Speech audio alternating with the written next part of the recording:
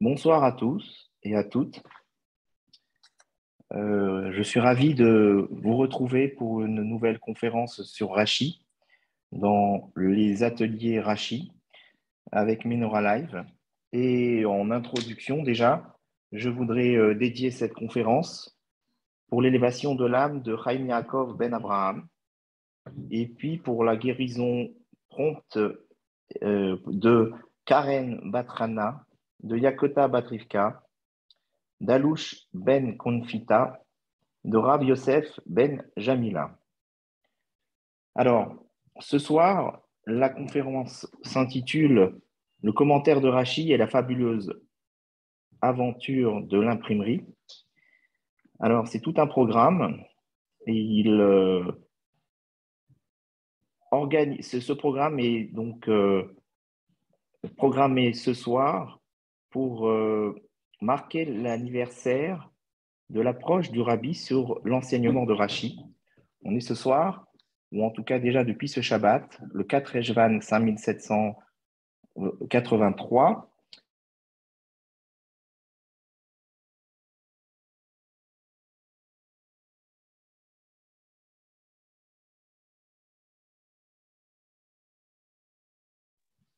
Est-ce qu'on m'entend?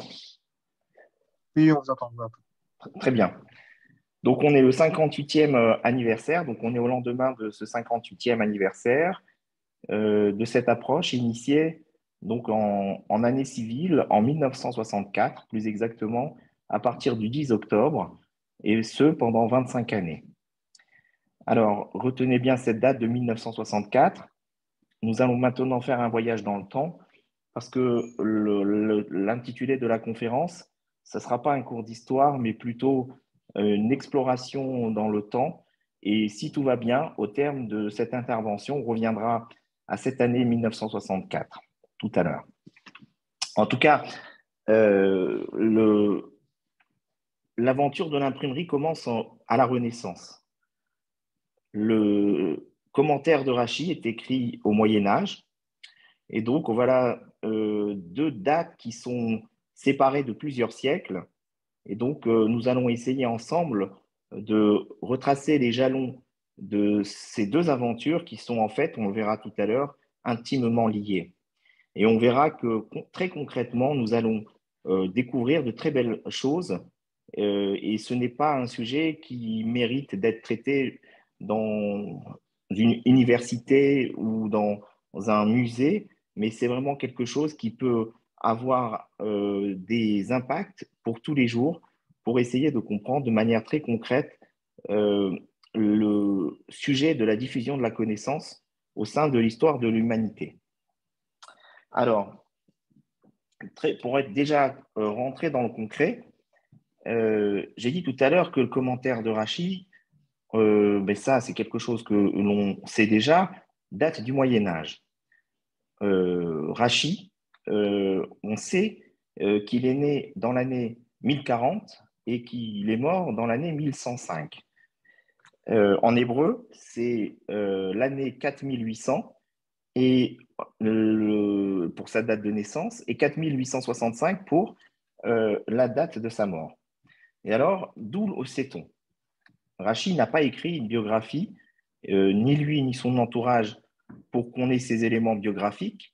En tout cas, très concrètement, la date de sa naissance et la date de sa mort nous sont parvenus via un manuscrit qui est aujourd'hui à la Bibliothèque de Parme en Italie et qui date de l'année 1306, donc 2 siècles après la mort de Rachi. Et j'ai envie de partager avec vous les mots de ce qui est dit à la fin de ce manuscrit dans ce qu'on appelle dans les termes techniques le colophon. Le colophon, c'est un texte qui est dédié à la fin du livre pour parler de l'auteur, pour parler de celui qui a copié le livre. Et ici, nous avons dans ce manuscrit quelque chose de très précieux. Et c'est à partir de ce manuscrit qu'on sait la date précise de la naissance de Rachid et de sa mort. Alors, ces dates, on peut les challenger parce qu'ailleurs, on a des traditions différentes. Mais en tout cas, aujourd'hui, ce n'est pas l'objet de cette conférence. on va partir du principe que ces dates, c'est les dates officielles. Je le partage avec vous ce soir, juste pour que vous compreniez l'intérêt que peut avoir un manuscrit et que, au-delà du commentaire de Rachi, on y découvre parfois de belles surprises. Et voilà donc ce que dit ce manuscrit à la fin de l'œuvre de Rachi. Donc, c'est un manuscrit du commentaire de Rachi sur la Torah. Et voilà ce que dit celui qui a copié le manuscrit. Il dit Nishba Aaron Ha-Elohim Kodesh Kodashim Arav Agadol Rabbeinu Shelomo Zatzal. L'arche sainte, saint des saints, a été reprise, celle du Rav, le grand Rabbeinu Shelomo Zatzal, ben Hakadosh Rabbi Yitzhak Atzarfati, le fils du Kadosh, du saint Rabbi Yitzhak Atzarfati, le français, Rabbi Yitzhak le français, Zatzal, de mémoire bénie, Shenat Tat Samerhe, l'année 4865, Bekaftet Betamuz, Beyom Hamishi, le cinquième jour de la semaine, un 29 Tammuz, Uven Samerhe Shana Haya Keshenit Bakesh Bishiva Shel Maala. Et il avait 65 ans quand il a été rappelé à l'Académie céleste. Vea Siman, Uveod Shishim Vechamesh Shana, etc. Alors là, après, le copiste nous donne un moyen mémotechnique pour retenir la date de la mort. En tout cas, ici, il y a beaucoup d'informations très précieuses que nous livre le copiste. Déjà, euh, les dates, c'est pas rien. Donc, on a la date 4865, donc la date de la mort, c'est l'année. On a même le jour, c'est un jeudi, un cinquième jour de la semaine. On a même la date du mois et le mois, le 29 Tammuz. Et on sait qu'il a vécu 65 ans. Et c'est pour ça que l'on connaît la date de l'année de sa naissance, l'année 4800. Par contre, on n'a pas pour sa naissance ni le jour, ni le mois. Ensuite, on peut remarquer que, voilà, que le manuscrit arrive 2 siècles après la mort de Rachi, que là, il est appelé Rabbeinu Shlomo. Et j'avais dit la dernière fois, dans la précédente conférence, que j'invite ceux qui m'écoutent et qui ne l'auraient pas écouté à voir, à propos de la biographie de Rachi, et qui s'intitule Raconte-moi Rachi, donc sur le site de Menorah Live. En tout cas, j'avais fait remarquer la dernière fois que Rachi ne s'appelle pas Rachi dès le départ. Et certainement du vivant de Rachi, on n'appelait pas Rachi Rachi.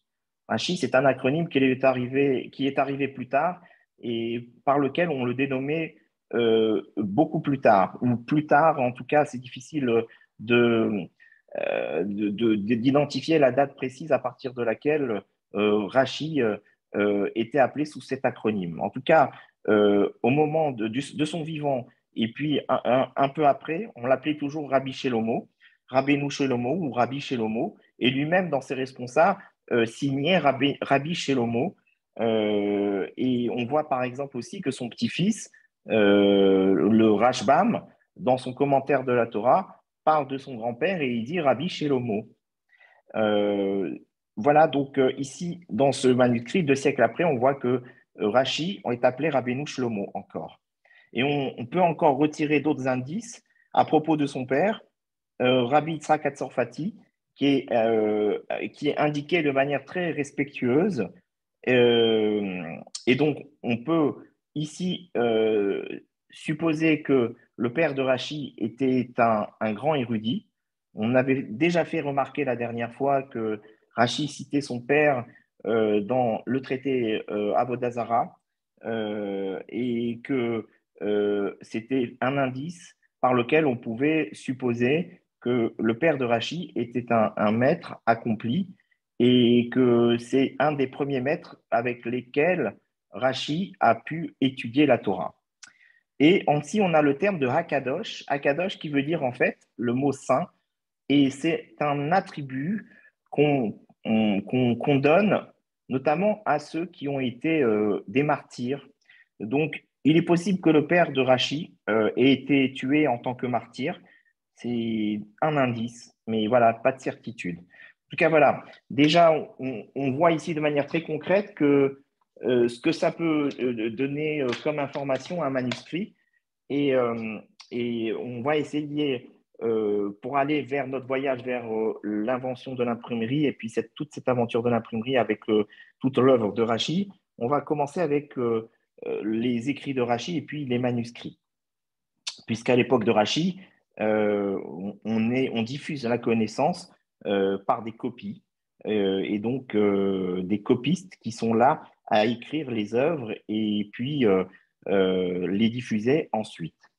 Euh, les écrits de Rachi, l'œuvre de Rachi, alors elle se compose essentiellement en quatre catégories. Donc on a le fameux commentaire de la Bible et particulièrement le commentaire de la Torah. Nous avons le commentaire sur le Talmud euh, en deuxième catégorie. La troisième catégorie, ce sont les responsables de Rachi.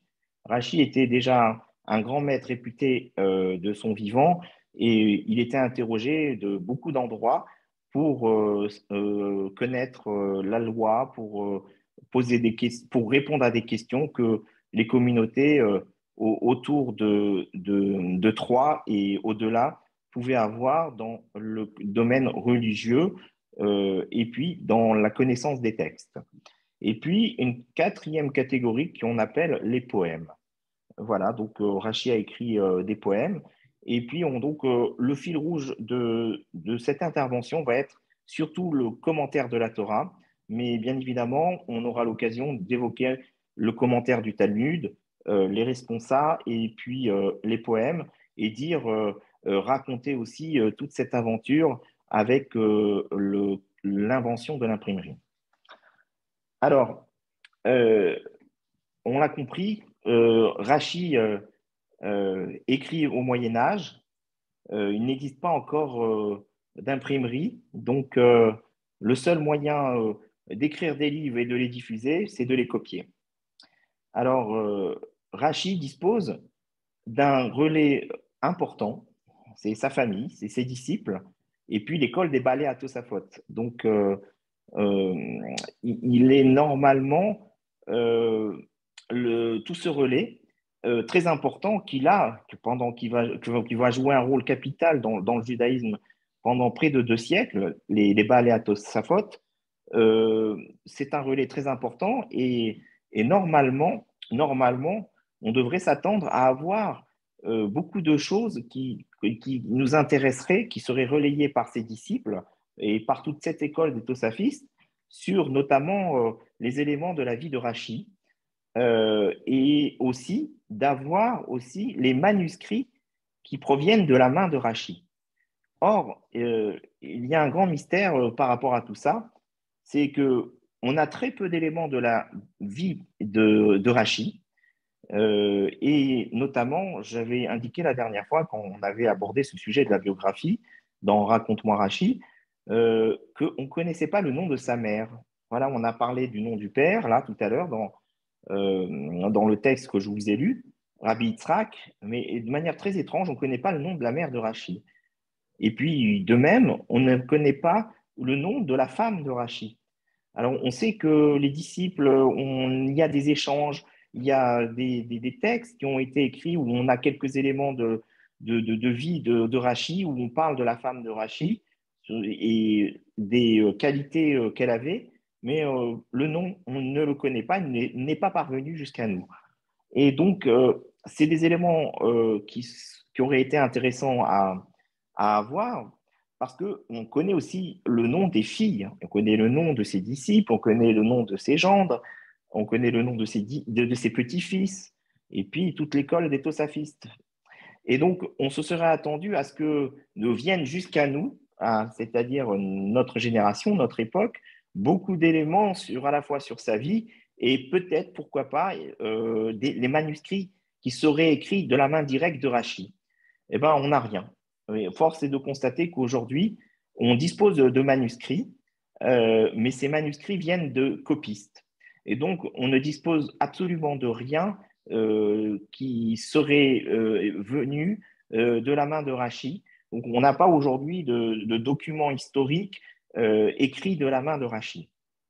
Et si on veut contraster pour bien comprendre le sujet, c'est que par exemple, si on le compare avec un grand maître comme le Rambam, Maïmonide, l'autre grand maître, les deux figures de proue du judaïsme médiéval, donc l'un en France, Rachi, et puis l'autre en Espagne, Maïmonide, le Rambam, ben, alors il y a des messages qui parviennent, mais j'arrive pas à les lire. Euh, Si tout à l'heure, peut-être, on réservera un temps pour les questions. En tout cas, on voit que le Rambam, lui aussi, a disposé d'un relais avec ses descendants et que aujourd'hui, on a, de manière extraordinaire, on a retrouvé des manuscrits écrits de la main du Rambam. C'est notamment le commentaire sur la Mishnah qui a été retrouvé dans la Guéniza du Caire. Alors, cette Guéniza, c'est un endroit où on enterrait les documents hébraïques dont on n'avait plus besoin. Et c'est une découverte qui a été faite à la fin du 19e siècle dans la synagogue qui se nomme Ben Ezra au Caire. Et dans cette synagogue, on avait dans une salle accumulé près de 200 000 manuscrits hébraïques ils étaient un peu difficiles d'accès. En fait, cette salle était un peu difficile d'accès. Il fallait monter par une échelle. Et puis, il y avait à un moment un passage qui était avec un plafond tellement bas qu'il fallait ramper. En tout cas, il y a eu toute une histoire sur la découverte de cette Guéniza au Caire. Et on a découvert de manière extraordinaire le commentaire de la Mishnah du Rambam, écrite de la main du Rambam. Donc aujourd'hui, c'est numérisé. Vous pouvez regarder sur Internet et découvrir les mots, les écrits du Rambam sur le commentaire de la Mishnah, donc une de ses œuvres. On ne dispose pas de tout le commentaire sur la Mishnah, mais on dispose d'une grande partie. Et cette grande partie, elle a notamment été au départ entre les mains de ses descendants, et puis à un moment, elle est arrivée avec une histoire sans doute complexe, vu qu'on l'a retrouvée qu'au 19e siècle, et que Maïmonide, le Rambam, a vécu au Moyen Âge. Donc, elle a traversé les siècles pour atterrir dans cette Guéniza du Caire. Et c'est là-dedans où on a retrouvé le fameux dessin de la Ménorah du Rambam, où on aperçoit que les branches sont droites et non pas arc-boutées.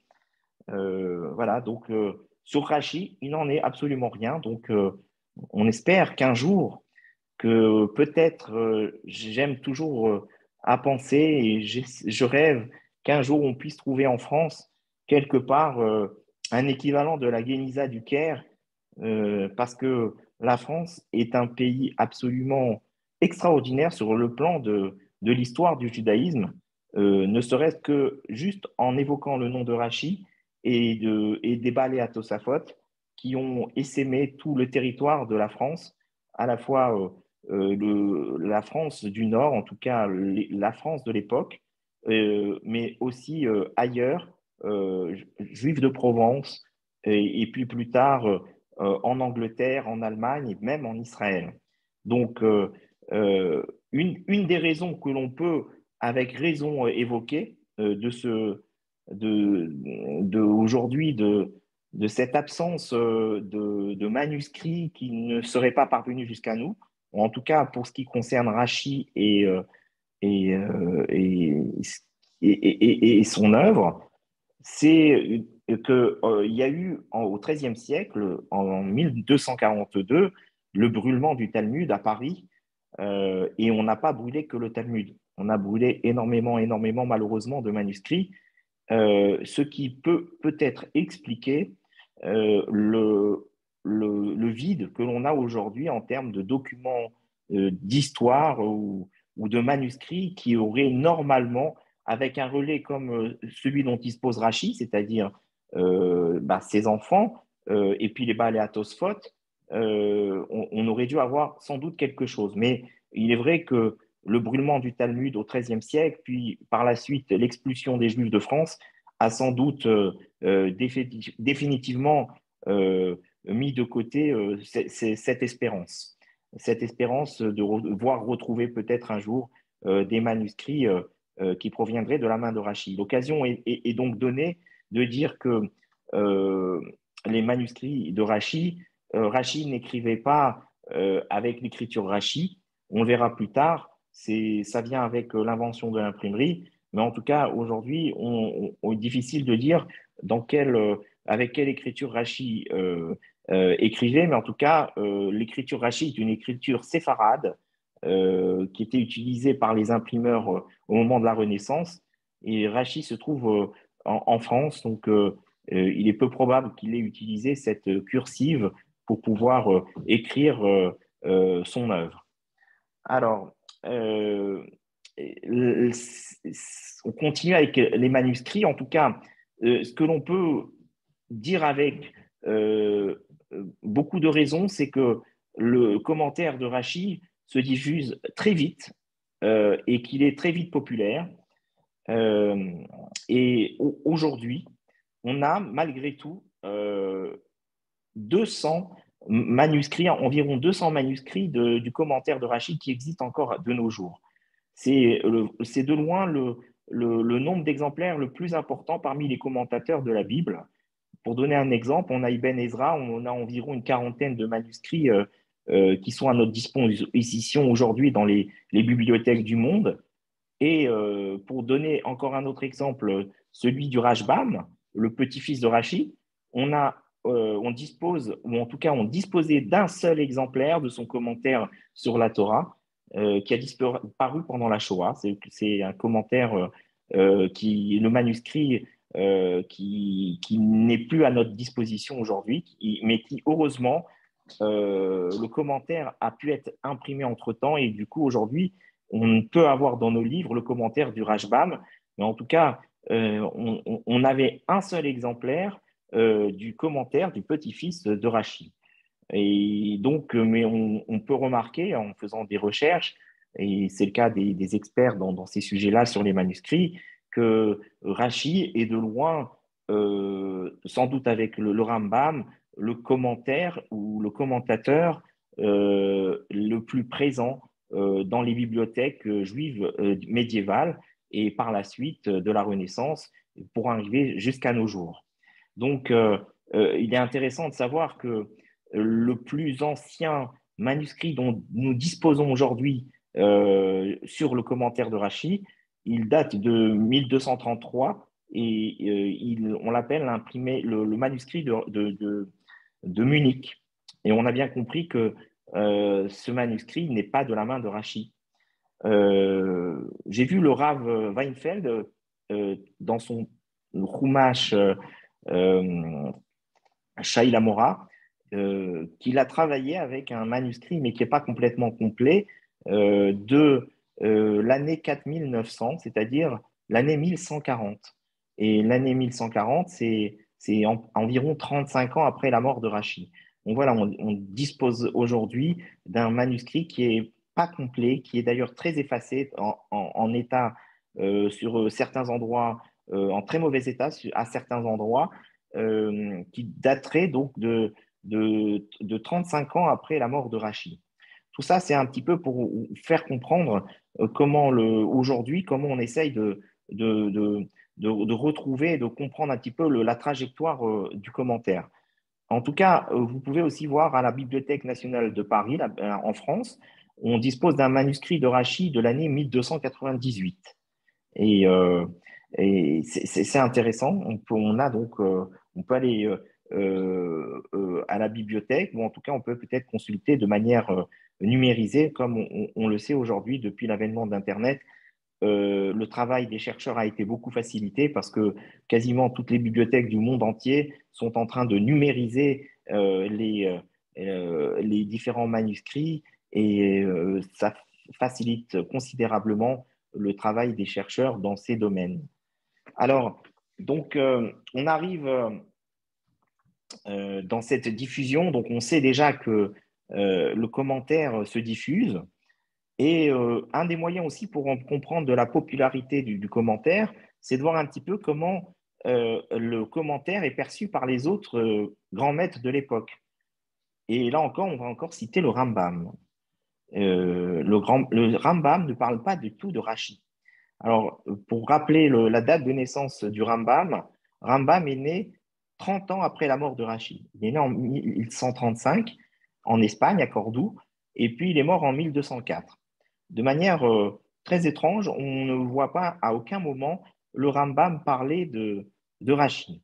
Mais on voit des maîtres qui sont avant Rambam en parler. Par exemple, Ibn Ezra, le fameux grand commentateur de la Bible, qui est né en 1079, donc qui est quasiment un contemporain de Rashi, enfin qui est un contemporain de Rashi, il a dédié un poème à Rashi, un poème magnifique. D'ailleurs, le surnom qu'on donne à Rashi de Parshan Data, c'est-à-dire le commentateur par excellence, il vient de ce poème. C'est grâce à Ibn Ezra, c'est Ibn Ezra qui a écrit un poème sur Rashi extraordinaire. Et dans ce poème, il le nomme le Parshan Data, le commentateur par excellence. On voit que plus tard, Narmanide, le grand maître Narmanide, lui aussi, qui vient un petit peu après le Rambam, lui aussi, il parle de Rashi et il en parle en disant les plus grands compliments, en disant à lui le droit d'aînesse. En tant que commentateur, il lui donne le droit d'aînesse, c'est-à-dire que Rachi est déjà dans une popularité extrêmement grande auprès des autres commentateurs et des grandes références de son époque. Mais pour ce qui est du Rambam, à aucun moment on a trouvé que Rambam parle de Rachi, ce qui est assez étonnant. Et si on veut aller plus loin sur le sujet, on voit que le fils du Rambam, donc Rabbi Abraham, le successeur du Rambam, parle de Rachi. Par contre, dans ses écrits et dans ses échanges, on voit qu'il évoque le nom de Rachi. Et donc, c'est assez. On peut rester dans l'interrogation pour savoir pourquoi le Rambam n'en parle pas, mais en tout cas, certains pensent que le Rambam n'a pas entendu parler de Rachi, mais en tout cas, c'est quand même difficile de dire ça, puisque comme je vous le disais tout à l'heure, déjà des maîtres qui ont vécu en Espagne, comme Ibn Ezra parle de Rachi, a dédié un poème à Rachi. Bon, il est vrai qu'Ibn Ezra a beaucoup voyagé, y compris en France, mais malgré tout, il est difficile de dire comme ça, de manière absolue, que Rambam, qui vient 30 ans après la mort de Rachi, n'a pas du tout entendu parler du commentaire de Rachi. Ou en tout cas, ce que l'on peut au moins dire, c'est peut-être qu'il n'en avait pas l'utilité, parce que quand on voit l'œuvre du Rambam, il a écrit un Mishneh Torah. Dans le Mishneh Torah, il n'y a pas, l'œuvre ne se prête pas à l'apport ou à la nécessité de rapporter des autres commentateurs. Il a écrit un commentaire sur la Mishnah, il a écrit le Guide des égarés et le Sefer HaMitzvot. Euh, Peut-être que le Rambam, par son statut de grand aigle, c'est comme ça qu'on le surnommait, avait une vision de la Torah tellement incroyable qu'il était à lui tout seul la référence et il avait une vision qui lui permettait de ne pas faire nécessairement et obligatoirement référence à Rachi dans son œuvre. En tout cas, la question reste ouverte. Comme je le disais tout à l'heure, tout ce sujet de ce soir, c'est une matière vivante.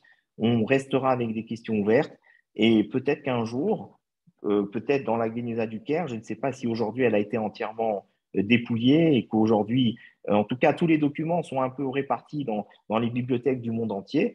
Notamment, plus de 140 000 documents se trouvent à la bibliothèque de Cambridge, en Angleterre. Mais en tout cas, peut-être qu'on trouvera peut-être dans les années à venir d'autres Génisotes dans d'autres endroits qui peut-être nous révéleront de nouvelles dimensions, de nouvelles approches, de nouveaux sujets qui nous surprendront sur peut-être les œuvres de Maïmonide ou les œuvres de Rachi. Sachez qu'aujourd'hui, on ne dispose pas du manuscrit authentique du Mishneh Torah. On parlait tout à l'heure du commentaire de la Mishnah qui a été retrouvé du Rambam, mais celui du Mishneh Torah, on n'en dispose pas. En tout cas, bien sûr, on a des manuscrits qui ont été relayés par les copistes, mais celui authentiquement écrit par la main du Rambam, non, on n'en a pas retrouvé. D'ailleurs, il est utile ici de rappeler que l'écriture du Rambam est absolument très belle. Vous pouvez voir ça je vous invite à voir ça sur sans doute les documents numériques qu'on peut avoir à disposition sur Internet. C'est une écriture très belle et il écrivait non pas en écriture carrée, mais avec une écriture qu'on appelle l'écriture bénonite, et qui est une écriture très proche du style de l'écriture Rashi. Voilà. Donc, c'est une écriture très propre, très belle. Vraiment, on peut l'imaginer. On dispose même de la signature du Rambam, ce qui n'est pas rien. En tout cas, voilà un petit parcours sur les manuscrits au Moyen Âge de Rachi. En tout cas, on a bien compris que les manuscrits dont on dispose, ce sont des manuscrits qui ne sont pas de la main de Rachi et que ce sont des copistes qui ont relayé l'œuvre de Rachi. En tout cas, on arrive maintenant au moment de 3 siècles plus tard, donc 1450. 1450, c'est un bouleversement dans toute l'histoire de l'humanité. C'est une des plus grandes inventions de l'histoire. C'est l'invention de l'imprimerie par Gutenberg en 1450. Gutenberg, c'est un Allemand. Il est né à Mayence. Mayence, pour ceux qui ont écouté la conférence sur la vie de Rachi, j'avais dit que Rachi avait à un moment donc, étudié dans les académies de Mayence, donc en Rhénanie. Et voilà, c'était juste pour faire un petit clin d'œil. Bien sûr, ce n'est pas du tout la même époque. Rachi a étudié à Mayence et puis plusieurs siècles plus tard, eh ben, on a Gutenberg qui vient de cette ville et qui va après s'exiler à Strasbourg et qui va revenir à Mayence et qui va revenir et c'est là où il va avoir cette idée géniale, cette invention géniale de l'imprimerie à caractère mobile avec des caractères de plomb qui va faciliter maintenant la diffusion de la connaissance. On peut s'en douter au Moyen Âge, ben, faire des livres, ça coûte très cher et on n'en fait pas beaucoup parce que voilà, c'est les copistes. Et on arrive l'imprimerie et on a maintenant une plus grande amplitude pour pouvoir diffuser la connaissance. Bien sûr, alors encore à cette époque, c'est relativement très très cher. Aujourd'hui, on n'a pas idée du prix de ces livres, que pouvaient coûter ces livres à cette époque. Et j'avais déjà entendu le fait qu'un livre pouvait coûter le prix d'un manoir. Donc voilà, donc la connaissance, elle était surtout chez les propriétaires de manoirs, mais en tout cas, pour nous, peuple juif, c'est un peu différent parce que la connaissance nous accompagne depuis le don de la Torah et que malgré toutes les difficultés ou toutes les limites que peuvent avoir que peut avoir la diffusion de la connaissance, partout dans le monde, les Juifs se sont débrouillés pour connaître les textes de notre Torah et de la commenter et de la transmettre. En tout cas, je reviens à Gutenberg. Gutenberg qui en 1450, commence un travail pour pouvoir imprimer un livre qu'on va appeler la Vulgate. Enfin, c'est pas qu'on va appeler, c'est qu'elle était déjà appelée la Vulgate. Donc, Gutenberg a comme idée d'imprimer la Bible, tout simplement. La Bible, elle a été traduite en latin quelques siècles auparavant, vraiment au début de l'ère civile, vers le 4e, 5e siècle. Et cette traduction de la Bible en latin, on l'appelle la Vulgate. Et on l'appelle la Vulgate parce que en latin, ça veut dire le, ça, ça, ça, ça fait référence au côté populaire de cette traduction, qui veut dire Vulgate, qui veut dire le côté en masse, foule, qui rappelle la foule, c'est-à-dire que une traduction, elle est faite pour donner accès à plus de monde et donner accès à ceux qui n'ont pas la Bible dans la langue d'origine. En tout cas, c'est ce livre auquel Gutenberg va consacrer les premières années de la réalisation de son invention. Et en 1455, voilà que la Vulgate sort. La Vulgate, donc si vous pouvez aussi consulter sur Internet, c'est des livres qui sont assez épais avec des dimensions assez impressionnantes. Mais maintenant, donc, c'est le temps zéro de l'imprimerie. En tout cas, le temps zéro, euh, euh, il va maintenant, on va pouvoir parler de l'imprimerie des livres hébreux. Euh, le premier livre imprimé en caractère hébraïque, tout simplement le premier livre juif imprimé dans le monde, arrive une vingtaine d'années après la Vulgate, et il arrive en 1475. Voilà, et 1475, on va du côté de l'Italie, du côté de Radio di Calabre, et puis il y a un imprimeur qui s'appelle Abraham Bengarton, qui dispose d'une imprimerie et qui va vouloir donc réaliser une impression d'un livre. Et à quel livre il pense, eh ben, il pense au commentaire de Rachid. Et voilà, donc du coup, euh, le premier livre dans l'histoire, le premier livre juif qui est imprimé, c'est le livre c'est le commentaire de Rachid de la Torah. Et, euh, et ce n'est d'ailleurs que le commentaire qui est imprimé, il n'y a pas encore le texte de la Torah qui est imprimé. En tout cas, ce livre, il est écrit en écriture Rashi. Voilà, donc déjà, c'est un imprimeur qui utilisait cette cursive. Et si vous pouvez consulter, encore une fois, des extraits de cette première version, on appelle ce commentaire la première impression du commentaire de Rashi chez tous les spécialistes, chez tous les experts, et y compris dans les sirotes du rabbi. Le rabbi parle souvent dans ses notes de la première impression, et je vous dirai pourquoi dans quelques instants. En tout cas, cette première impression, elle date de 1475, et on trouve des morceaux de cette impression à la bibliothèque du rabbi, donc au 770. Donc ceux qui ont l'occasion d'aller à New York doivent absolument faire un passage à la bibliothèque pour regarder un petit peu ce qui est exposé, ou en tout cas, c'est peut-être même consultable.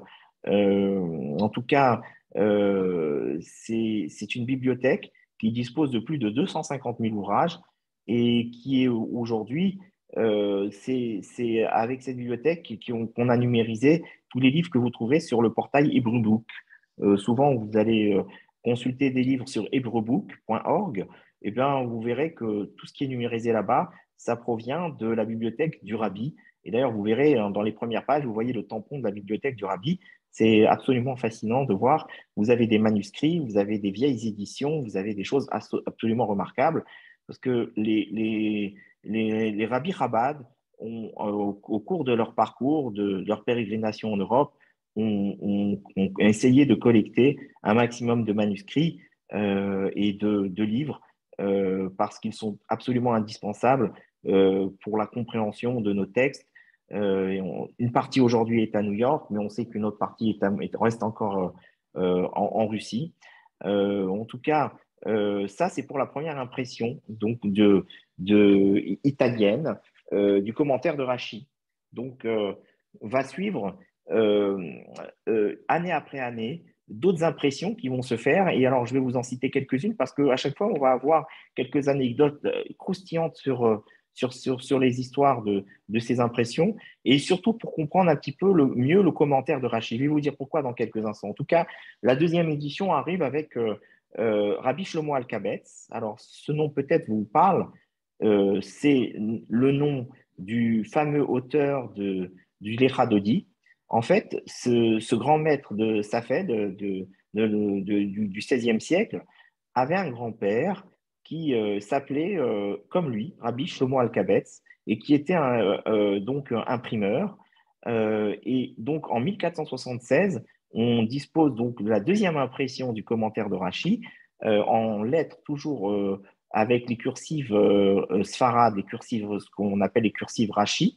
Et c'est une deuxième impression qui est même utilisée, dont le rabbi dit qu'elle est plus précise que la première. Alors, comment se fait-il qu'on a une première impression, une deuxième? On pourrait dire peut-être que la première est meilleure que la seconde, et pourquoi elle serait meilleure, et pourquoi on a des différences. Et là, il faut avoir et intégrer une notion qui est très importante, c'est que au fur et à mesure des années qui arrivent avec l'avènement de l'imprimerie, les imprimeries vont un peu essaimer partout en Europe. On en retrouve en Italie, on en retrouve en Espagne, on en retrouve en France, on en retrouve un peu au Portugal. Et les imprimeurs vont disposer de copies et de manuscrits qui ne sont pas forcément écrits de la main de l'auteur ou bien qui sont écrits de copistes différents. C'est ainsi que pour la première impression du commentaire de Rachi, on a donc Abraham Ben-Garton qui a travaillé sur un manuscrit qui était différent de celui de Rabbi Shlomo Alkabetz, qui qui avait une imprimerie en Espagne, à Guadalajara. C'est là-bas que lui a travaillé à partir sans doute d'autres manuscrits. Et c'est là qu'il faut intégrer la notion que quand un copiste arrive et qu'il travaille sur une œuvre, eh ben, il va y avoir tout un travail du copiste qui va bien évidemment, selon la qualité du copiste, ben, il va y avoir un travail qui va être rigoureux. Est-ce qu'il va y avoir un travail d'interprétation? Parfois, comme tout le long du Moyen Âge, ben, où la diffusion des livres se fait par des copies, ben, au fil de l'eau, on commence à apprécier le, le, le moyen d'écrire avec des acronymes, avec des abrégés, des abréviations. Et donc, du coup, petit à petit, ces abréviations, ces acronymes vont faire que le copiste, quand il va prendre la copie source, il va commencer à écrire et puis parfois, il va de bonne foi, sans doute, il va interpréter un acronyme, il va interpréter un sigle, il va interpréter une abréviation. Et c'est ce qui va donner le charme plus tard des différentes versions des impressions que l'on a sur le commentaire de Rachid. Je vous disais tout à l'heure, et c'est pas pour rien que je vous ai fait toute cette introduction sur les manuscrits, qu'aujourd'hui on dispose de 200 manuscrits sur le commentaire de Rachid. Eh ben, il n'y en a pas un qui ressemble à l'autre exactement à 100%.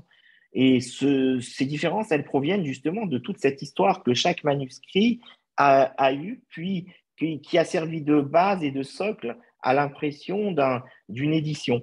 Et donc, on a eu donc, une première édition, une deuxième, on a même une troisième en 1480 à Rome. Et ce qu'il faut comprendre ici, c'est que je vous ai parlé d'une première, d'une deuxième, d'une troisième, mais on peut facilement les challenger. On dit aujourd'hui, pour simplifier et puis par souci de pédagogie, mais sans doute aussi parce que c'est vrai. La première édition, c'est l'année 1475, mais certains pensent que l'édition de Rabbi Shlomo Alkabetz, celle qu'on appelle la deuxième, elle est possiblement même avant la première, parce que à l'époque, quand à la fin d'un livre, on donnait la date de l'impression, on ne le donnait pas avec des chiffres, on le donnait avec des moyens mémotechniques de mots et de versets de la Torah. ou de la Bible. Et du coup, ces moyens mémotechniques sont sujets à interprétation. Donc, ce qui est le cas pour l'œuvre de la deuxième impression, où l'année d'impression, si on interprète, elle est de l'année 1475, mais il est possible que si on n'interprète pas de la bonne manière, cette impression daterait d'un an avant et elle serait, du coup, elle précéderait la première impression de Ben Garton, celle qui a été faite en Italie. Et on peut challenger aussi la troisième impression à Rome. Elle est aujourd'hui généralement identifiée en l'année 1480, mais sans doute que dans cette impression, il n'y a pas véritablement la date. On sait qu'il y avait une imprimerie à Rome à cette époque, et selon certains experts, cette troisième édition, elle daterait plutôt de l'année 1470. Et donc, cette troisième impression, elle pourrait sans doute être la première qui a surgi et qui est sortie dans l'histoire juive. Et donc, c'est des questions ouvertes. Comme je vous le disais tout à l'heure, la matière est vivante jusqu'à preuve du contraire aujourd'hui. Et on a l'habitude d'appeler la première impression celle de l'année 1475, celle d'Abraham Ben Garton, celle qui a été faite en Italie, à Raggio di Calabre. Et puis la deuxième, celle de Rabbi Shlomo Alkabetz en 1476, qui a été réalisée en Espagne. Et puis la troisième à Rome. Alors, si on continue notre périple, je ne vous demande pas de retenir ces dates, mais parce qu'on va s'arrêter sur certaines nouvelles impressions qui vont nous apprendre des choses très intéressantes. Donc, on arrive à la quatrième, 1482. 1482, c'est une édition qui se passe à Bologne. Et à Bologne, on a le premier Chumash Rashi qui est sorti des presses de Avraham Tintori. C'est-à-dire, Chumash Rashi, ça veut dire, c'est l'idée qu'a eu cet imprimeur, c'est de sortir le texte de la Torah avec le commentaire de Rashi à côté. Et c'est ce qu'on va appeler, pour toutes les générations qui suivent, le Chumash Rashi, le fameux Chumash Rashi, c'est-à-dire le texte de la Torah qui est imprimé avec le commentaire de Rashi. Et depuis il va donner l'idée à beaucoup d'autres d'imprimer le texte de la Torah avec le texte de Rashi. Et c'est très rare par la suite de trouver le texte de la Torah sans le commentaire de Rashi, ou en tout cas, on voit que des années et puis des années après, ou en tout cas c'est le cas aujourd'hui, c'est très rare de trouver le commentaire de la Torah sans le commentaire de Rashi. En tout cas, c'est à Bologne. Donc à Bologne, ce n'est pas que les pâtes qui portent le nom de la fameuse recette des spaghettis à la bolognaise, mais Bologne aussi, c'est une fameuse ville de la connaissance. Et Abraham Tintori a réalisé en 1482 le premier Chumash Rashi. Juste pour vous dire que il n'est pas la troisième édition. Je reviens juste pour vous raconter un petit détail sur la troisième édition, l'édition qui est de Rome. Eh ben, le commentaire de Rachi a été imprimé en écriture carrée. C'est pas en écriture Rachi, mais en écriture carrée. C'est un élément qui ressort de cette édition, de cette troisième édition. Mais en tout cas, pour la première, la deuxième, nous avons l'écriture Rachi qui est d'emblée donnée et attribuée à Rachi. En tout cas, ce qui est joli à voir, c'est que Rachi, par le commentaire, est ashkénaze et par l'écriture est séfarade. C'est normal. Rachi, c'est le maître par excellence de tous les juifs, de tout le peuple juif, quel que soit l'endroit où il a été exilé. Nous revenons à notre essor des différentes impressions. On arrive à l'année 1487. L'année 1487, on a la famille Sonsino. Alors, la famille Sonsino en hébreu, Sonsino, c'est une ville en Italie. Ce sont des imprimeurs très célèbres, juifs, qui seront très connus par la suite et qui vont aujourd'hui encore, il y a l'édition Sonsino qui existe. Et eux vont sortir en 1487 le commentaire de Rachi. Et l'année suivante, en 1488, ça va être cette famille qui va sortir la première Bible hébraïque dans son ensemble qui va sortir. Donc, la première fois que la Bible, dans son ensemble, c'est-à-dire vraiment les 24 livres de la Bible, est imprimée en caractère hébreu, c'est dans l'année 1488 et on la doit à la famille Sonsino, dont le fondateur est, est Israël Nathan. Et cette famille va avoir beaucoup de mérite parce qu'elle aura beaucoup de difficultés par la suite pour pouvoir rester dans la ville de Sonsino. En tout cas, ils vont beaucoup errer. Ils vont errer parce qu'ils n'avaient pas forcément toujours les autorisations pour pouvoir imprimer, parce qu'à l'époque, il fallait demander des autorisations.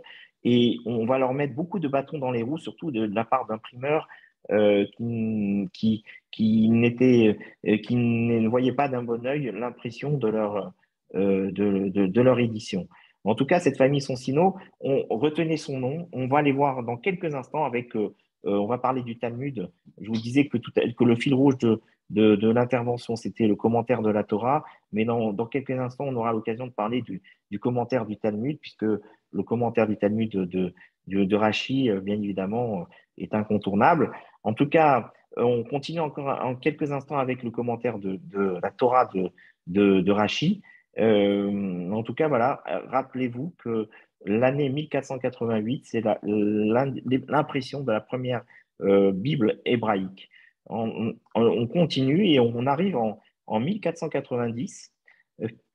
1490, on va du côté de l'Espagne, à Ijar. Ijar, on a un imprimeur qui s'appelle Eliezer Alantansi, qui va imprimer aussi un commentaire de Rachi. 1491, on arrive à Lisbonne. Et Lisbonne, on a quelqu'un qui s'appelle Eliezer Toledano.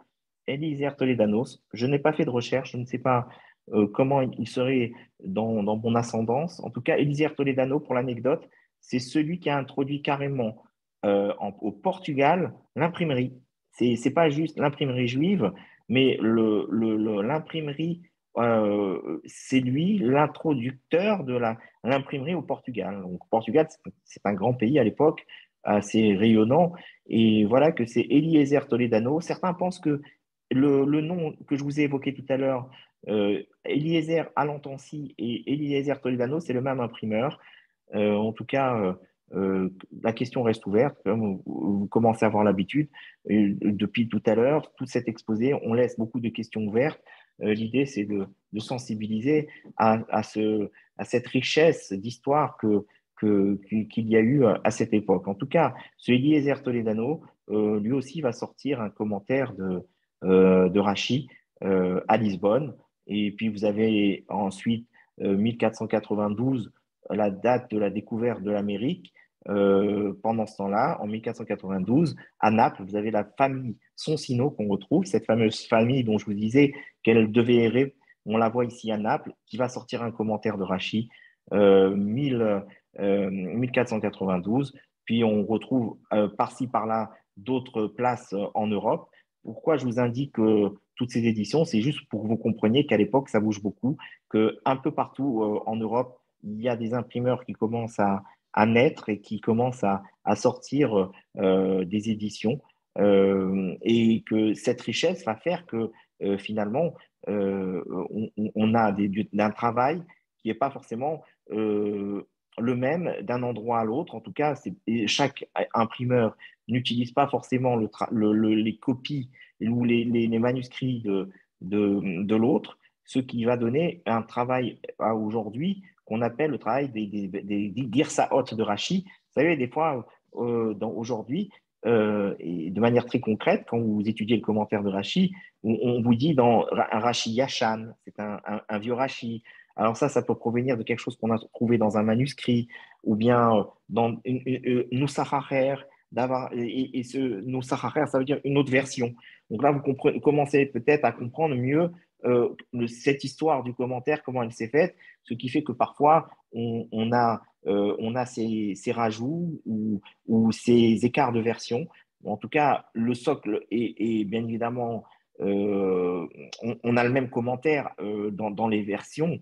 On a quelques écarts, et ces écarts font le délice des experts, de ceux qui aiment étudier le commentaire de Rachi pour essayer de comprendre. Il y a le Rav Feinfeld qui a fait un excellent travail sur ce sujet, qui est allé chercher dans beaucoup de manuscrits les écarts de version et qui essaye de les mettre dans son roumage qu'on appelle le Shai Lamora, qui est un travail qu'il a effectué, tenez-vous bien, ce travail qu'il a effectué, ce roumage, c'est pour les 70 ans du rabbi. Il avait dans son esprit de faire un cadeau au rabbi, et pour les 70 ans du rabbi, beaucoup ont essayé de donner 70 cadeaux au rabbi. Parmi ces 70 cadeaux, c'est ce chumash, fameux chumash, qui est du Rav Weinfeld, un imprimeur extrêmement compétent, très précis, qui a fait un travail absolument formidable. En tout cas, sur ces versions, je vais vous dire quelque chose tout à l'heure, mais on continue rapidement jusqu'à Venise. Venise qui a été une place forte de l'imprimerie. Et sachez que en 1525, il y a un imprimeur qui s'appelle Daniel Bomberg et qui va sortir ce qu'on appelle les Mikraot Gedolot. Mikraot Gedolot, qu'on étudie jusqu'à aujourd'hui dans toutes les bibliothèques juives du monde entier, c'est le livre de la Torah avec plusieurs commentateurs, autour d'une dizaine de commentateurs, parmi lesquels euh, le, le Rashi, bien évidemment, le Baal HaTurim, le Nachmanide, et puis tant d'autres, Ibn Ezra, et puis tant d'autres. En tout cas, ce Mikraot Gedolot date de cette époque. Et Daniel Bomberg est un imprimeur non juif allemand qui a une place très, très importante dans l'histoire de l'imprimerie juive. Quand je pense à Daniel Bomberg, je pense aussi à vous livrer un détail qui n'est pas des moindres, c'est que le découpage des chapitres de la Bible vient de l'archevêque de Canterbury au XIIIe siècle, qui lui aussi était un archevêque, on devine qu'il est non-juif, et qui a voulu, pour pouvoir faciliter la lecture et la traduction de la Bible, découper la Bible en chapitres. La notion de verset existe déjà dans la Massorette, dans notre tradition, mais le découpage en chapitres, c'est une notion complètement issue qui est complètement étrangère à notre tradition, mais en tout cas, quand le découpage en chapitres s'est effectué, ce découpage a été accepté par tout le monde, y compris les plus grands maîtres. Jamais personne n'a, n'a remis en question ce découpage, bien que parfois il semble artificiel. En tout cas, tous les maîtres ne l'ont pas remis en question, et même plus, ils l'ont utilisé. On voit aujourd'hui, il y a dans tous les livres saints que nous avons, quand on nous parle d'un verset de la Bible, on nous parle des chapitres. C'est vraiment un découpage qui est usité. Et le rabbi a cette observation sur le sujet. Il dit que voilà quelque chose qui est sorti de l'archevêque de Canterbury, mais qui est devenu un minag Israël. Et qu'on sait combien un minag Israël a son importance, au point où on voit parfois le rabbi sur le numéro d'un chapitre, notamment, je pense, au chapitre 32 du livre de Devarim, faire. Et le verset 32 et du chapitre 32, le rabbi dit que il rappelle la notion du lève, du cœur, et on voit que le rabbi utilise de manière providentielle le numéro de chapitre parce qu'il dit que c'est devenu un minag Israël et que, puisque c'est devenu un minag Israël, parce qu'il a été accepté par tous les juifs, et ben, du coup, il y a une providence qui jaillit de ce découpage et qu'une providence que l'on peut exploiter et que l'on peut lire. Voilà, donc ça c'était, j'ai fait un retour en arrière au XIIIe siècle avec le découpage de la Bible en versets. Mais en tout cas, sachez que déjà à cette époque, on commence à se livrer à la traduction de la Bible en français. Et que la traduction il va y avoir plusieurs tentatives au fil des siècles de la traduction de la Bible en français, et que la Bible qui va être traduite par notre rabbinat, c'est beaucoup de tentatives au fil des siècles qui sont faites par les chrétiens. Parfois, on va y associer des rabbins. Mais en tout cas, la Bible que l'on a aujourd'hui, traduite avec qu'on appelle la Bible du rabbinat, c'est une Bible qui a été traduite par le grand rabbin Zadok Khan, le grand rabbin de France, en 1899, et qui date donc d'à peine d'un siècle. Euh, voilà, donc on a fait un bond en arrière, un bond dans les années, dans le futur aussi. On revient donc à la Renaissance. Tout ça pour vous dire que les impressions vont bon train à cette époque. Les livres qui sortent avant l'année 1500, on les appelle les incunables, même dans tout type de livre, hein, ça s'appelle les incunables. Ce sont tous les livres. Donc, l'imprimerie est inventée en 1450 et jusqu'à 1500, c'est-à-dire il y a à peu près 50 années, où il y a un boom, une explosion de l'impression des livres dans le monde, particulièrement en Europe. En tout cas, tous ces livres qui vont sortir pendant cette période de 50 années, on va les appeler les incunables. Et aujourd'hui, ils ont une valeur absolument extraordinaire, c'est-à-dire qu'ils valent très très cher et c'est la période où on les enlumine, c'est-à-dire qu'on leur met des dessins absolument artistiques et fabuleux. Et si vous voulez avoir une idée de cette atmosphère, vous pouvez visiter on a la chance en France, je disais tout à l'heure qu'on ne dispose pas beaucoup de traces de notre passé si glorieux. Mais en tout cas, on a pas très loin de nous. Tout à l'heure, j'évoquais la bibliothèque de Paris, mais vous pouvez aussi aller au château de Chantilly. Château de Chantilly, là-bas, le propriétaire, le premier propriétaire du château de Chantilly est un admirateur des collections des anciens livres. Et là-bas, il y a une bibliothèque absolument fantastique, une des plus belles bibliothèques de France. Et vous y verrez là-bas des manuscrits en hébreu. Et ils sont exposés, vous pouvez le faire, c'est extraordinaire de voir. J'ai eu l'occasion de le faire avec ma famille, mes enfants, et on a pu voir là-bas, notamment de mémoire, je crois, le livre d'Esther qui est exposé. En tout cas, c'est vraiment, on plonge dans l'histoire, on plonge dans les siècles. C'est absolument extraordinaire de voir ce qui se passe à cette époque.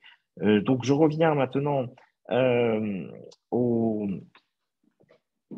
au sujet de nos impressions au moment de la Renaissance. Et le temps est venu de parler du livre du Talmud, du commentaire du Talmud. Alors, ça commence à peu près à cette époque. Euh,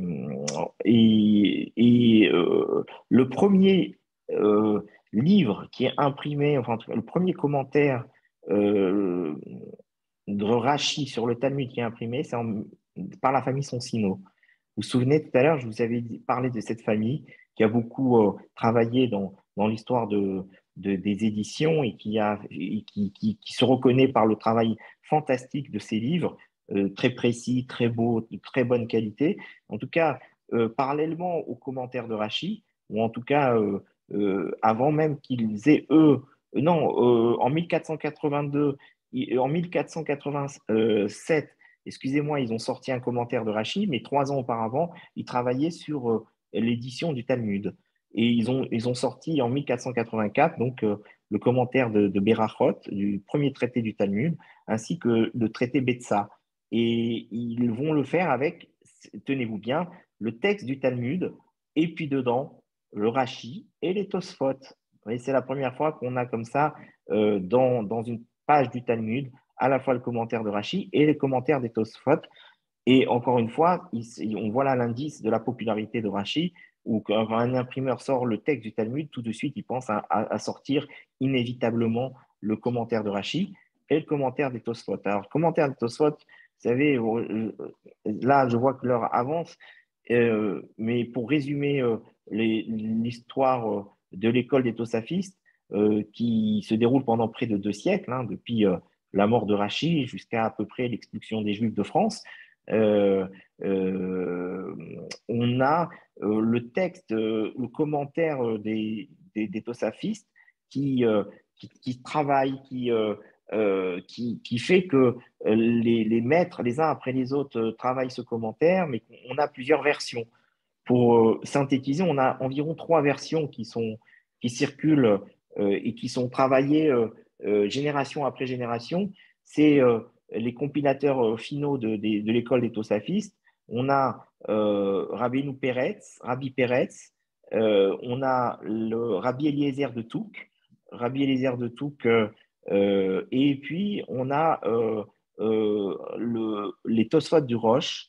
Et selon les endroits, qu'on est en Allemagne, qu'on est en Italie, qu'on est en France, on étudie l'une ou l'autre version. Donc, on ne va pas rentrer dans le détail, là, je ne veux pas m'attarder lourdement sur ce sujet, mais en tout cas, la version que l'on prend pour l'édition du Talmud, ça va être la version d'Eliezer de Touques, ce qu'on appelle la version de Sens, et ce qui va définitivement maintenant rendre officielle la version des Tosfot, et c'est celle que nous disposons aujourd'hui dans le texte qui accompagne le commentaire de Rachi, le texte du Talmud. Bien sûr, à la fin des livres aujourd'hui, des ouvrages, vous avez aussi possibilité de consulter des autres versions, mais en tout cas, là, l'occasion est de dire combien le rôle majeur d'un imprimeur qui décide de dire voilà, le Talmud va être imprimé avec le commentaire du Talmud, de Rachi, et puis le commentaire de Tosfot.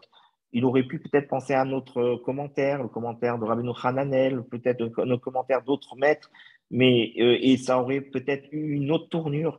Mais en tout cas, de manière très légitime, il faut imaginer que l'imprimeur, quand il commence à imprimer, vu le coût que ça pouvait représenter pour l'époque, il imprime les commentaires qui sont les plus représentatifs de l'étude à cette époque.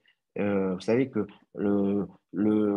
par exemple, le Maharal de Prague s'interroge et se dit pourquoi le commentaire a été imprimé avec les Baléatosphot, par exemple. Et certains pouvaient remettre en question, se dire non pas que le commentaire n'a pas sa légitimité, mais qu'il n'était pas nécessaire d'étudier d'emblée le Talmud avec les Tosafistes, puisque, comme on le sait, c'est une lecture et un commentaire transverse qui est différent de la lecture de Rachi, où Rachi s'attache au sens littéral, et puis c'est un commentaire quasiment linéaire du texte du Talmud, alors que la vision de Tosafiste est une vision beaucoup plus transverse du Talmud et qui approche le Talmud différemment du commentaire de Rachi. Bon, en tout cas, il est difficile de s'attarder là pour ne pas euh, euh, vous,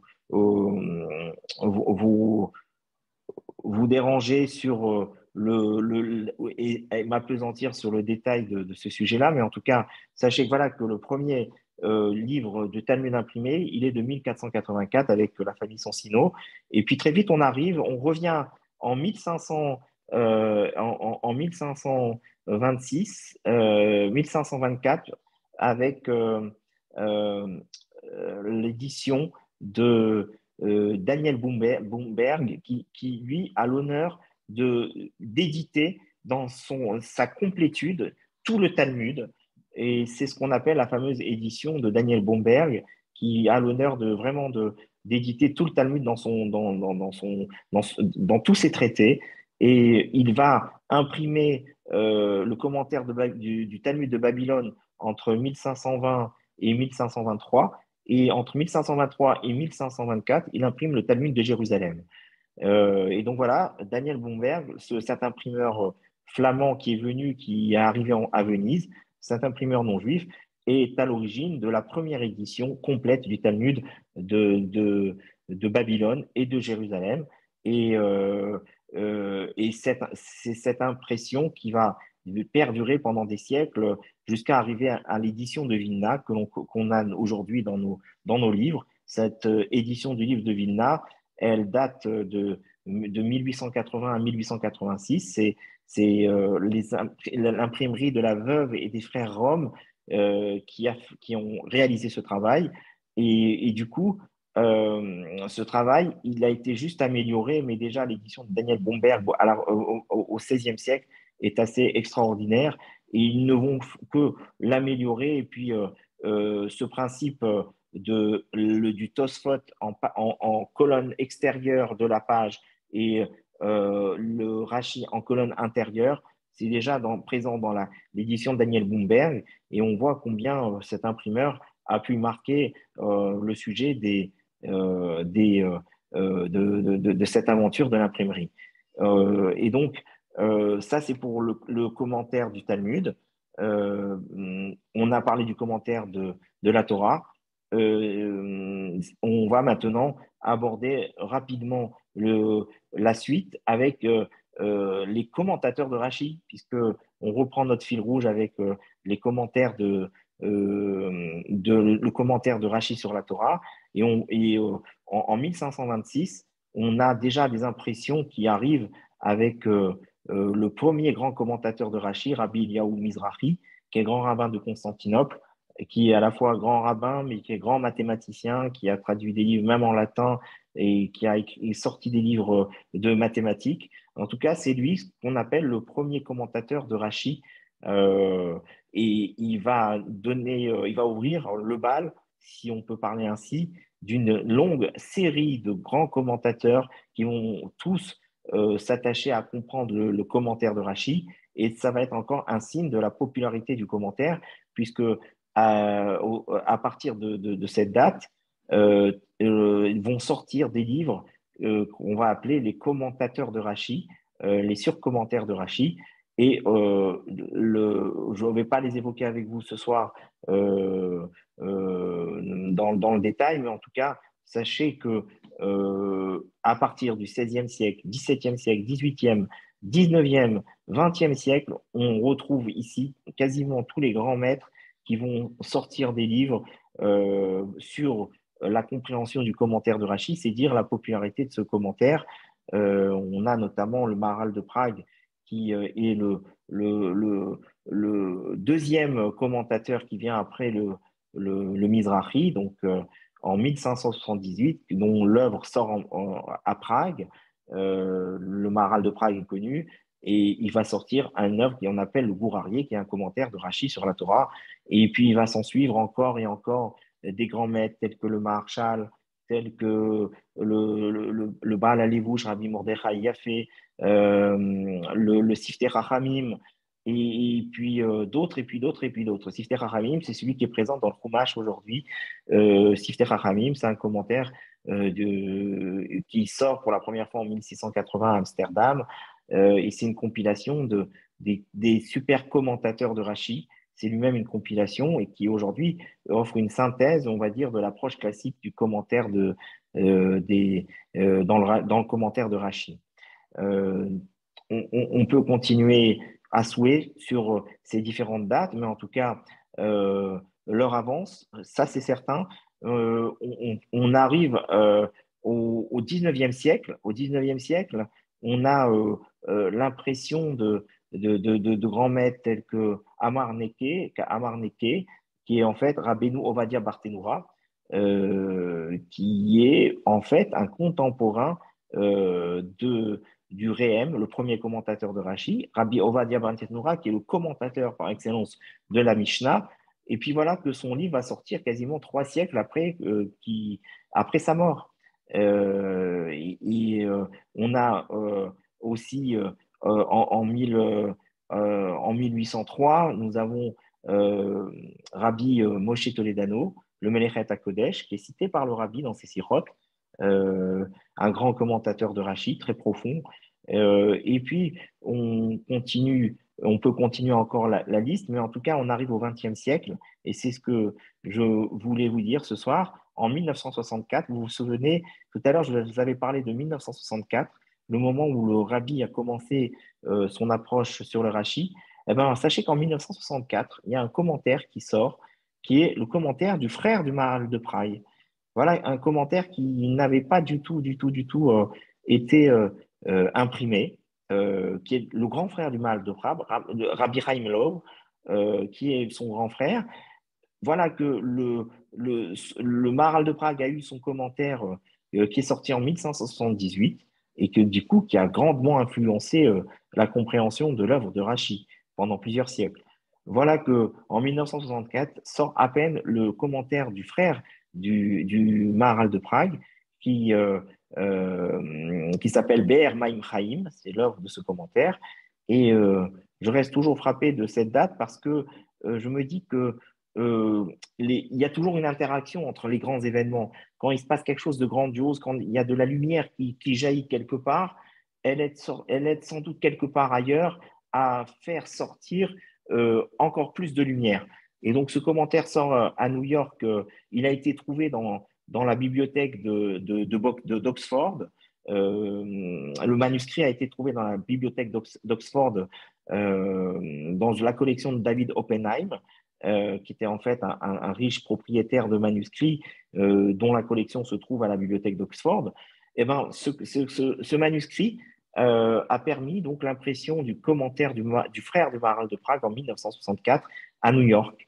Et voilà que quelques temps après, le rabbi, après la mort de sa maman, la rabbinite Trana, le 6 Tishri 5725, c'est l'année 1964, euh, euh, un mois après le décès de sa maman, le rabbi commence à exposer son approche révolutionnaire sur le commentaire de Rachi. Je me dis qu'il y a sans doute un lien très fort entre ces deux moments. On sait que le rabbi est un descendant du Maharal de Prague. Et voilà que cette œuvre qui sort donne l'occasion au rabbi quelques temps après. Bon, il avait dédié cette approche à l'élévation de l'âme de sa maman, mais on peut fortement présumer qu'il y a un lien très fort. En tout cas, vous vous souvenez, on a parlé du commentaire de la Torah, du commentaire de la Bible.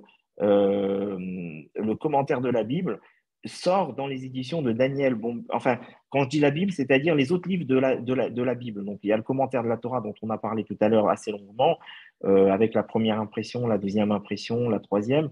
Le commentaire de la Bible sort avec les éditions notamment de Daniel Bomberg, qui fait le Mikraot Gedolot, non seulement sur la Torah, mais qui complète avec les autres livres de la Bible, avec ce même principe du commentaire de Rachi et puis d'autres commentateurs.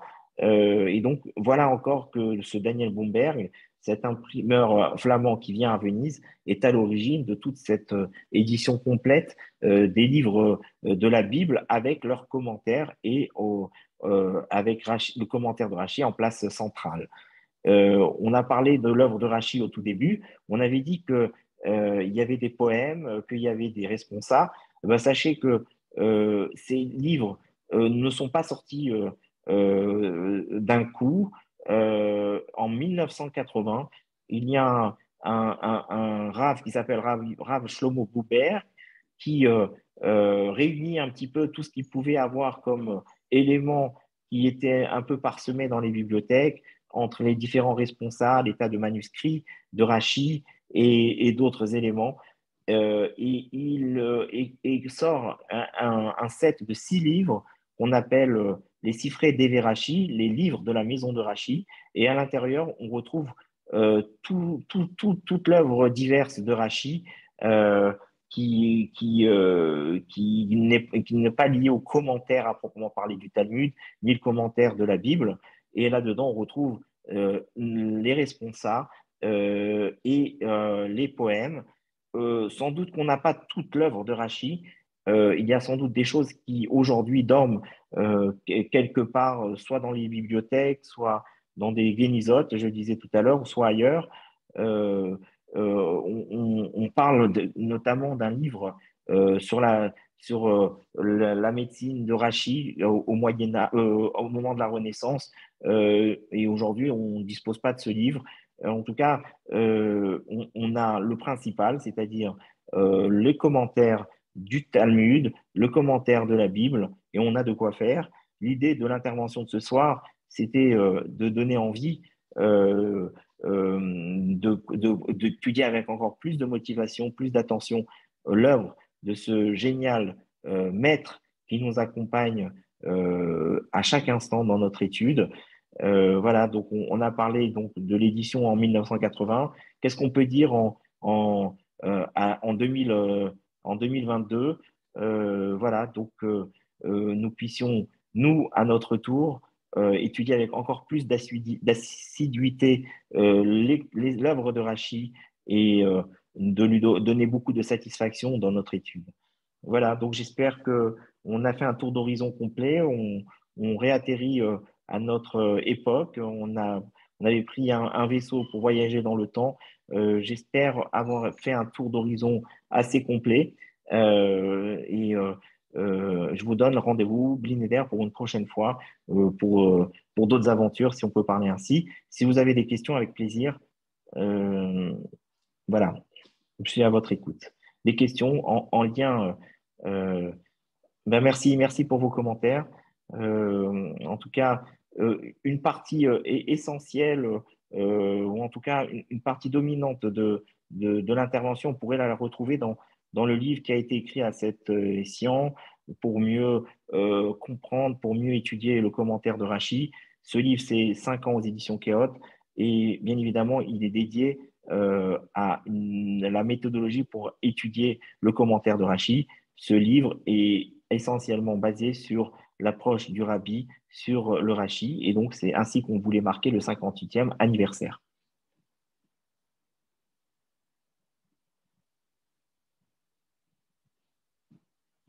Merci à vous, merci pour votre attention. J'ai conscience que on a parlé pendant longtemps, mais en tout cas, vraiment, merci d'être resté. Et puis, si vous avez des questions, n'hésitez pas, ou en tout cas, moi, je reste disponible par le moyen de Menora Live. Vous pouvez toujours me contacter pour des échanges ou pour des questions qui vous intéresseraient à approfondir. Voilà, donc merci à vous encore, et, et à très bientôt.